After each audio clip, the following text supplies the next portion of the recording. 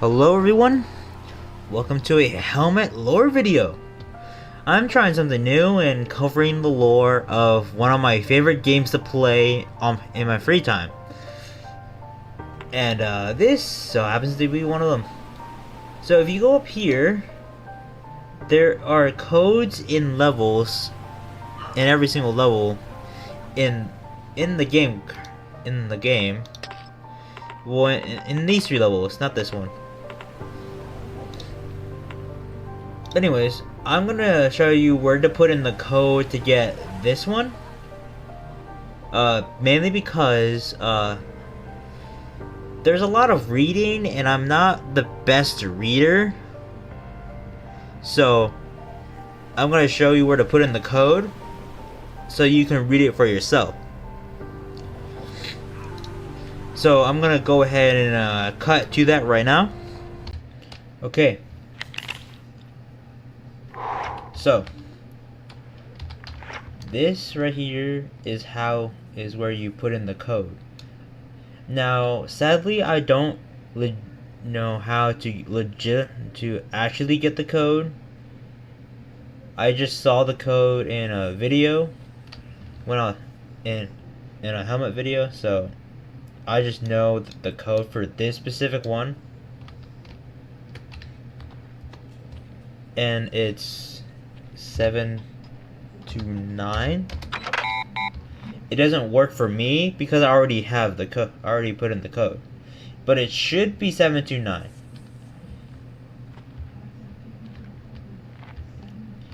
But yeah, that's how you get the code. Now I'm gonna go back to the main menu and read the lore.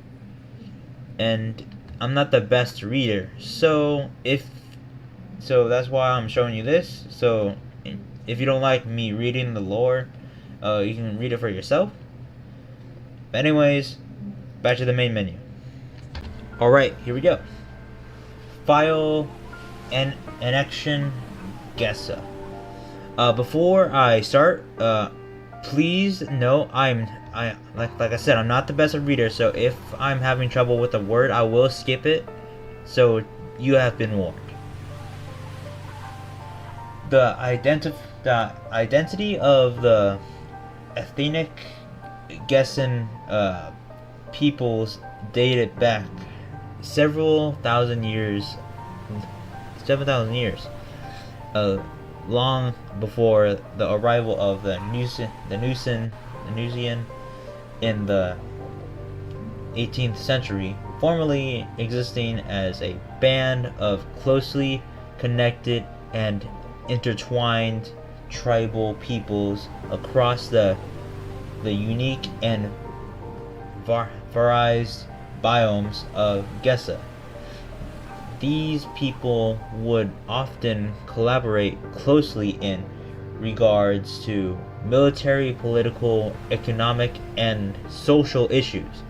When the original Nusian settlers had accidentally arrived in the containment, these tribal peoples had hostile relations towards the newcomers. They perceived them as arrogant, wasteful, and foreign peoples who had no place in their land. This mindset would persist into the cultural identity and relations of the Gessen nation. In 1738, 14 out of the 15 Gessen tribes were conquered by Nusian settlers whose numbers had grown dramatically over the decade of thriving on the new continent. Their gunpowder and beasts of burden easily outpowered the primitive tribes, allowing conquest to begin in Nusia history textbooks. This piece of history is often referred to as the Frontland era, Although many Nusians within the political apparatus prefer to call it by more progressive names, notably the people in the Modernist Party. For nearly a century, the Nusian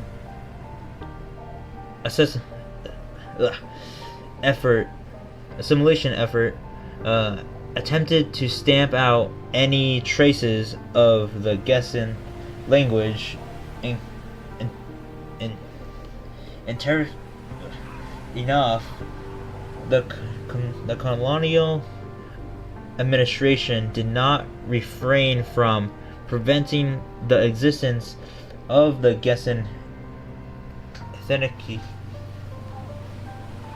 ethnic or cultural background. Many speculate that this unusual decision was to better integrate Gesians into Nusian society by forcefully making them learn their language. Up until 1840, Gesian's official language was Nusian, and nothing else. This century-long assimilation process ended up radically changing the Gesian language to become more Nusianified, with the original Dominion-like writing system wiped away in favor of a Nusian letter-based pontific writing system. This is most prevalent in the day-to-day speech of average Gesians, who frequently use loan words from Nusian and have much of their speech and grammar tracing to the Nusian language.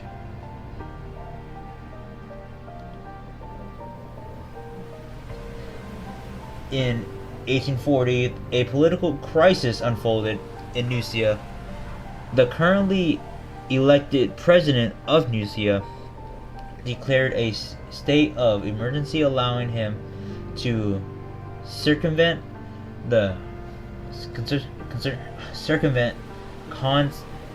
constitutional restrictions of essentially give him free reign over the country after 5 days, with the help of WCRS agents and traditionalist party sympathizers. The crisis had ended, leaving much of the country in a state of disarray and disunion.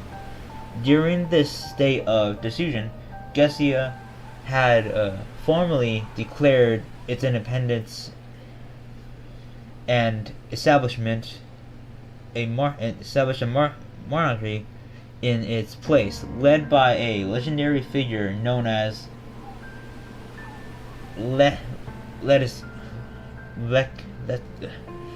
translated in Gesian as our savior.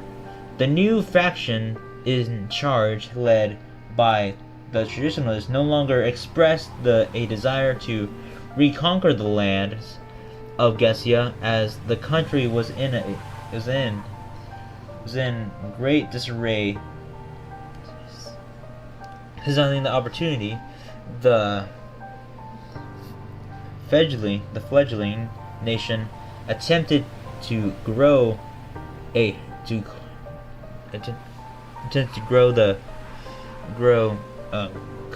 considerable strength and develop a sizable military force, presumably with the help of Dominia, who our savior had found fond friendship with. Shortly after the declaration of Gesian independence, the First Gessian Civil War erupted in 1842. The independence movement that had originally liberated Gessia from historic assimilators was made up of a coalition of various monarchists who made the majority Republicans,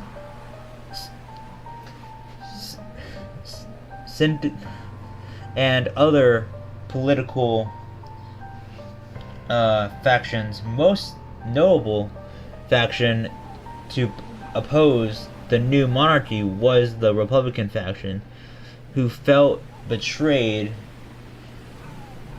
as the monarchists had promised a constitutional monarchy rather than a full monarchy. As a result, the country falls into civil war. The Dominions phonetically and militarily supported the monarchists, while the Nusians supported the Republicans. After some years of conflict, Nusia escalates the conflict further by authorizing a full-scale invasion of the country through a series of decisive and unfortunate engagements. The Nusian gain the upper hand and eventually win the war. Much of the dismay of Dominia, the Gessian monarch still stays in power, but are forced to make territorial concessions to the victorious Nusian/Republican forces. For the years following up to the 2000s, the temporal Gessian state makes several economic reforms, allowing its citizens to prosper in relative economic security and stability. In 1957, it is Emperor Gessia who sent the first man into space, whose first words were translates as "In peace I have arrived." In 2028, another political crisis unfolded in Emperor Gessia, following some disputes regarding Athenic Nusians and Athenic Gessians. Outrage flooded into the streets as the people demanded the Gessian government to take harsher restrictions against apparent Nusian enforcements. In just 3 days, the capital of Emperor Gessia fell under heavy riots and crackdowns, resulting in dozens killed and several hundreds wounded. Just a few more kilometers elsewhere, the Nusian Parliament passed a bill in secret, thus enacting the 1933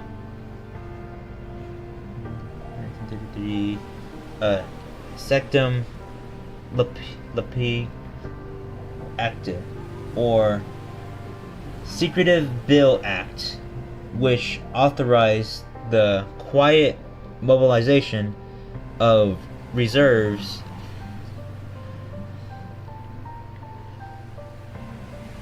and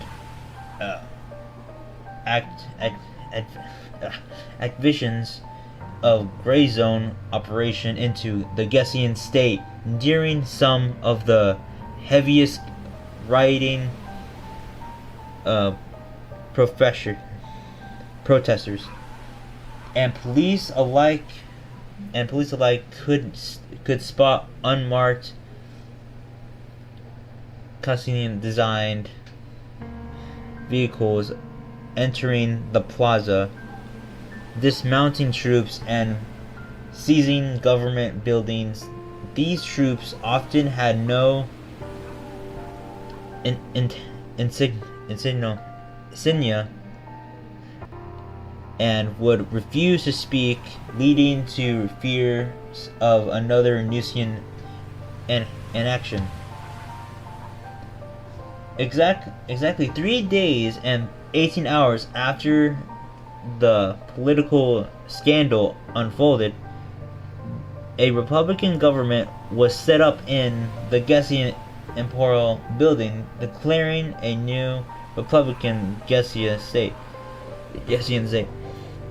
Just a few days later, a referendum was held on the most pressing matter, whether to join Nusia or stay independent.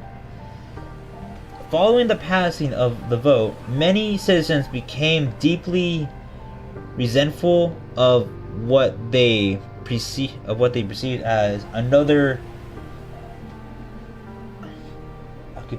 occupation/annexion of Gessia, leading many to form the Gessian Liberation Army, who would fight the occurring pro-Nusian forces up until 2038.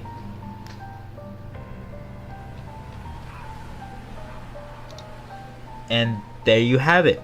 That is the helmet lore that I have discovered. I wouldn't say found, or actually discovered isn't also isn't right. I came across, I guess, yeah, I guess that's right. This lore I came across when looking at when watching helmet footage, and I was able to get all this. Now I don't have the codes for Dawnbreaker or Convergence, so if you by some chance know the code, be sure to let me know. I would love to do more helmet lore videos and just reading basically walls of text. Other than that, I hope y'all enjoyed, and I'll see you guys next time.